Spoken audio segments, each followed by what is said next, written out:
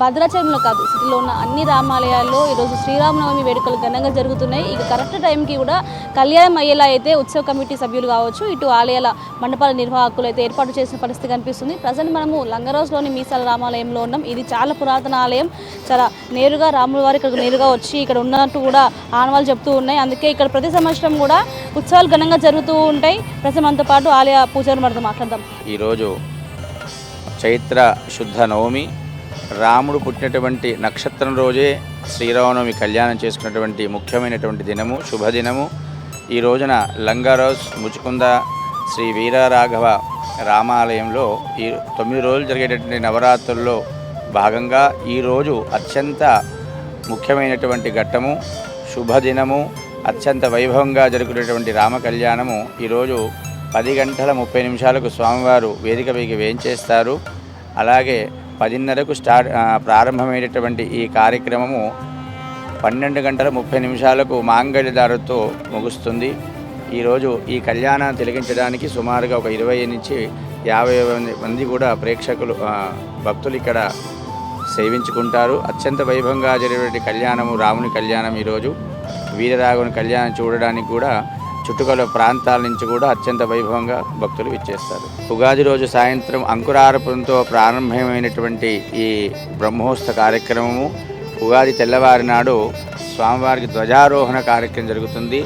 సాయంత్రము భేరీ పూజ, దేవతా ఆహ్వాన కార్యక్రమం జరుగుతుంది. ప్రతినిత్యం కూడా ఉదయం యాగశాలలో కార్యక్రమము, బలిహరణ, తదుపరి సాయంకాలం ప్రతినిత్యం స్వామివారు ఒక్కొక్క వాహనం మీద సేవగా బయలుదేరి ఇక్కడ తిరువీధి సేవగా ఊరేగింపుగా వచ్చి మళ్ళీ దేవాలయాన్ని చేరుకొని సాయంకాలము అందరూ కూడా సేవించుకున్నటువంటి కార్యక్రమం జరుగుతుంది. నిన్న స్వామివారికి వసంతో హరిద్రోత్సవం జరిగింది. అంటే రాముణ్ణి అమ్మవారిని పెళ్లి కుమారుడు పెళ్లి అమ్మాయిని చేసేటువంటి కార్యక్రమం జరిగింది. ఈరోజు ఉదయం రాముని కళ్యాణం, సాయంత్రము ఈ ఉత్సవ విగ్రహాలను తీసుకొని తిరువీధి సేవగా అన్ని వీధుల వంటి తీసుకొస్తాము. అలాగే రేపు ఉదయం చక్ర స్నానము, సాయంత్రము పట్టాభిషేకం, రాజతిలకనే కార్యక్రమంతో ఉత్సవ పరిసమాప్తి అవుతుంది.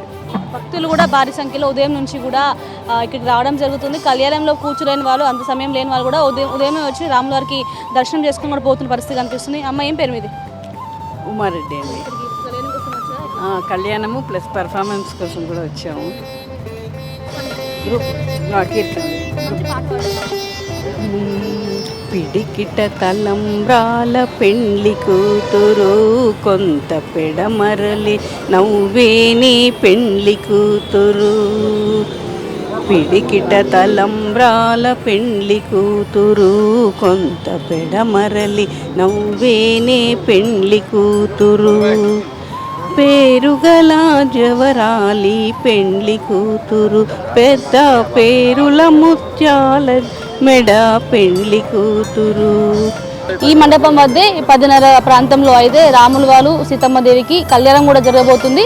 అప్పటి వరకు కూడా తెరవేసి ఉన్నట్టు కూడా మనకు తెలుస్తుంది. సర్వంత సుందరంగా అయితే ఈ మండపాన్ని డిజైన్ చేయడం జరిగింది. ఎంతమంది వచ్చినా కూడా భక్తులకు వీలుగా ఉండేటట్టు, ఎంత దూరం నుంచి చూసినా కూడా కళ్యాణం కనిపించేలా కూడా ఆ స్టేజ్ని కూడా ఇక్కడ తయారు చేయడం జరిగింది. ఒక్కొక్కరుగా వచ్చి కూడా ఇక్కడ కళ్యాణంలో పార్టిసిపేట్ చేస్తున్నారు. భక్తులు ఎంతమంది వచ్చినా కూడా అన్ని రకాల ఏర్పాట్లు కూడా చేస్తున్నాము. ముఖ్యంగా ఇటు వాటర్ ఫెసిలిటీ కావచ్చు, ఇటు పైన షెల్టర్స్ వేయడం జరిగింది. మరి ముఖ్యంగా ఎండాకాలం కాబట్టి ఎప్పటికప్పుడు వాళ్ళకి వాటర్, జ్యూస్ లాంటివి కూడా ఇస్తున్న పరిస్థితి కనిపిస్తుంది. మనం చూస్తున్నాం కదా, ఈసారి స్పెషల్గా ఈ ఆలయమే కాదు అన్ని ఆలయాలలో కూడా ఈ ఏడాది ఒక స్పెషల్. ఎందుకంటే గతంలో అయితే కొన్ని ఆలయాల్లో మాత్రమే, అంటే రామాలయాలు కావచ్చు, హనుమాన్ మందిరాల్లో మాత్రమే ఎక్కువగా ఈ రామనవమి వేడుకలు, కళ్యాణ వేడుకలు జరిగేవి. కానీ ఈసారి ఇటు అయోధ్య నుంచి కొంతమంది రామ భక్తులు కావచ్చు, ఇటు కొన్ని రాజకీయ పార్టీలకు సంబంధించిన వాళ్ళు కావచ్చు, వాళ్ళందరూ కూడా కొన్ని ఆలయాలకి రాముడు సీత విగ్రహాలు ఇక్కడ డొనేట్ చేయడంతో అక్కడ కూడా తప్పకుండా విగ్రహాలకు అయితే ఇటు కళ్యాణం కూడా చేసే అవకాశం కనిపిస్తుంది. మరి ముఖ్యంగా రామనవమి ఉత్సవాల భాగంగా ప్రతి ఒక్కరికి కూడా రాముని జీవిత చరిత్ర ఏ విధంగా ఉంటుంది, ధర్మం వైపు ఆయన ఎట్లా నిల్చున్నారు అన్నీ కూడా చెప్పేటట్టు, రామసేతుని ఎట్లా నిర్మించారు ఇవన్నీ కూడా చెప్పేటట్టు అయితే విగ్రహాల రూపంలో అయితే ఒక ఎగ్జిబిషన్ కూడా ఇక్కడ కండక్ట్ చేయడం జరుగుతుంది. సో మొత్తానికి ఇది ఆలయమే కాదు, సిటీలోని చాలా ఆలయాలలో కూడా ఈరోజు కరెక్ట్ రాముడు పుట్టిన నక్షత్రంలోనే వివాహం కూడా జరగబోతుందని కూడా తెలుస్తుంది.